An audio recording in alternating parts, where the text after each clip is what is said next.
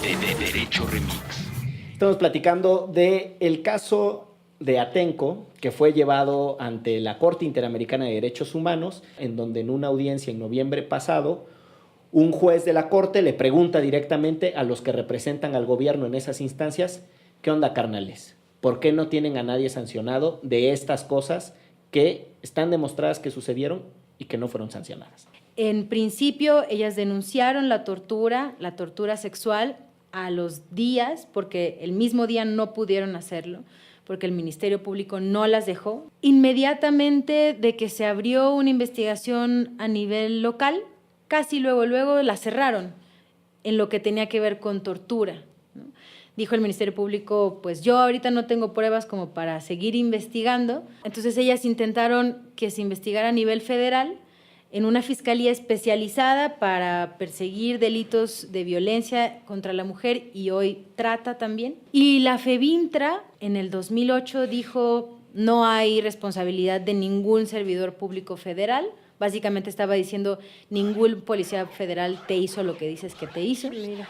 Y entonces es en 2008 donde ellas, el año en el que ellas deciden ir al sistema interamericano, con la consigna muy clara de que los responsables no son solamente los policías que las detuvieron, que las torturaron sexualmente también, sino los que están más arriba.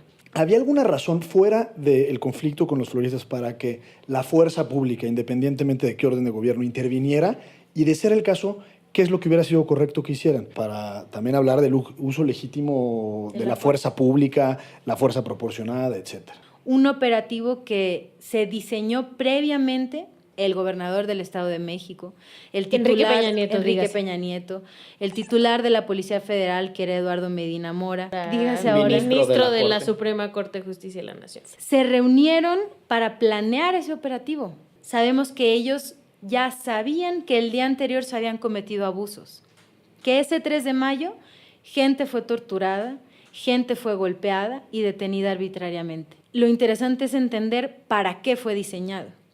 Y claramente ahí la respuesta no es para restaurar el orden social. La respuesta es para reprimir y que no se les vuelva a ocurrir, ¿no?, levantarse como lo hicieron, cerrar avenidas como lo hicieron, ¿no?, para desmovilizar, para fragmentar movimientos sociales.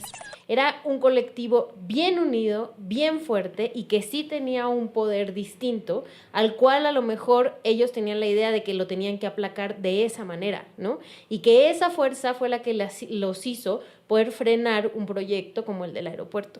Entiendo la potencia del grupo social, entiendo la desarticulación, que puede ser lo que subyace a toda la represión.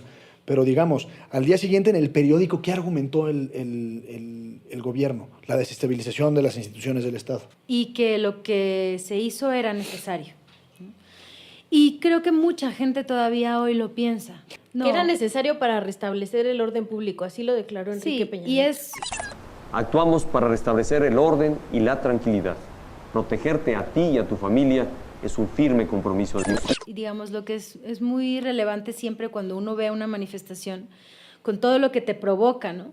Pero lo que nos tendría que evocar es qué es lo que está detrás de eso. Y eso es algo a lo que el gobierno, por estrategia, nunca debería hacer referencia y nunca va a hacer referencia. Lo que sí tenemos que tener muy claro es cuál debería ser la respuesta del Estado. Por supuesto que hay un uso de la fuerza que es legítimo, que tendría que tener ciertas características. Tendría que ser necesario. No hay otra manera de buscar alternativas que no sea usando la fuerza. Tendría que ser proporcional. Es decir, me aviento una piedra, no te disparo una bala. Tendría que ser razonable. ¿En qué contexto estamos? ¿En qué tiempo estamos? ¿Quiénes son los interlocutores? Y eso es algo en lo que el Estado todavía hoy falla. Es decir, no tiene un argumento porque no tiene una estrategia de uso de la fuerza legítimo en contextos donde una manifestación se puede calificar de violenta o de haber extralimitado cualquier barrera de civilidad, si queremos llamarle así. Porque la policía es una institución absolutamente vertical, O sea, un policía no tiene el derecho, y esto lo digo sarcásticamente, de pensar por sí mismo y de decidir si una acción es justa o no. Tiene que seguir órdenes porque además es un entrenamiento militarizado también y es una institución que ha perdido el carácter civil para convertirse en una especie de milicia, ¿no?, estatal. ¿Qué sucedió en la Corte Interamericana después de esto que nos narras? Ya una vez en la Corte, en noviembre del año pasado, la Corte pide a las partes que presenten sus pruebas, siendo una parte las mujeres con sus representantes, el Centro PRO y CEGIL, y la otra parte el Estado mexicano. Y esa imagen también es muy simbólica porque es muy raro que como persona oprimida o como ciudadano o ciudadana de a pie, tú algún día puedas pensar que del otro lado de la mesa, casi en igualdad de condiciones, vas a estar peleándote con el opresor, ¿no?, con el que te reprimió.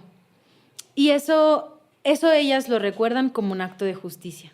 Entonces la Corte dice, ofrezcan sus pruebas, ellas ofrecen declarar 5 de ellas y 2 peritajes, uno de ellos Ernesto López Portillo y otra de ellas Yulisa Mantilla. El Estado no ofrece peritos y no ofrece nada en realidad. Es una audiencia que duró 2 días, o todo un día y medio en realidad, en el que las mujeres, como bien decía Ixchel, contaron su dolor, contaron el terror, describieron perfectamente el terror, de hecho, y el Estado intentó defenderse. Mal, ¿no? Lo hizo muy mal, les preguntó demasiado, casi las atacó, y cuando se dieron cuenta que ya no podían preguntar, después hicieron argumentos, sus argumentos finales, que son como estos alegatos de cierre, ¿no? Ellos se lo buscaron y nosotros teníamos que actuar. Creo que es la primera vez que el Estado mexicano, en cuanto tal, reconoce algo en el sistema interamericano. Pero la victoria que sería más relevante aún es que la Corte dijera que no se han investigado todos los tipos de responsabilidad, incluyendo la de superiores jerárquicos. Que esas personas que tenían poder no fueron investigadas. Si dice eso, y si dice que eso se tiene que hacer, es realmente la victoria del caso. O sea, la Corte dice sí, que se investigue la cadena de mando y luego, ¿quién tiene que investigar? ¿La Corte? Según entiendo, no. Se investiga el propio Estado mexicano, ¿no? Que ese es el problema. La Corte lo que dicta, o sea, no solo declara, ¿no?, perdiste, ganaste, eres responsable, eres víctima, sino que también ordena reparar todo ese dolor, ¿no? Y entonces hay muchas formas de reparar, hay formas de reparar que son muy individuales y hay otras formas de reparar que ayudarían a que esto no vuelva a ocurrir. Y entonces siempre en esas medidas es donde los estados más incumplen, ¿no? Pero entonces ya estamos ante eso, ante el incumplimiento de un estado, de una sentencia de un tribunal internacional. Vamos a hacer nuestra tradicional ronda de comentarios y reflexiones finales. Me encantaría que ganara la oposición por primera vez en la vida y que la Corte diera una sentencia donde se les pida investigar a la cadena de mando y que la oposición, porque estoy segura que el PRI no lo va a hacer, la oposición sea el Frente o sea Morena. Ya los perdono. Realmente, justo es eso, realmente no perdone y acabe con ese pacto de impunidad. Me gustaría poner el énfasis y subrayar la importancia y la relevancia del sistema interamericano, porque cuando la justicia interamericana se imparte a cuentagotas, estos casos son muy relevantes no solo por el caso y los hechos en concreto, sino porque además generan conciencia dentro del hemisferio de la protección y la relevancia de determinados derechos humanos y de la forma en la que estos se deben de proteger. Ha habido casos muy relevantes en los que han obligado a modificar incluso constituciones, como el caso chileno de la última tentación de Cristo.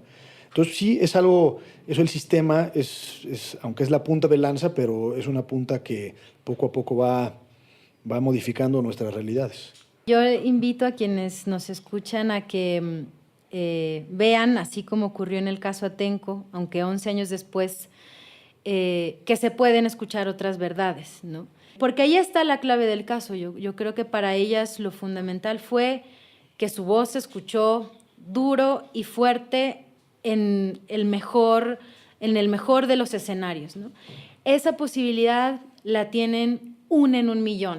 Muchas de las posibilidades de discutir, de participar, nos han sido arrebatadas por este engaño de que hay que hablar con sofisticación, con palabras perfumadas y que solo unos cuantos que le entienden a los temas pueden opinar. Recomiéndennos, déjenos un like, alguna notita, háganos un comentario para saber que en algo estamos contribuyendo y escúchenos en el siguiente episodio. Esto fue Derecho Remix, muchas gracias.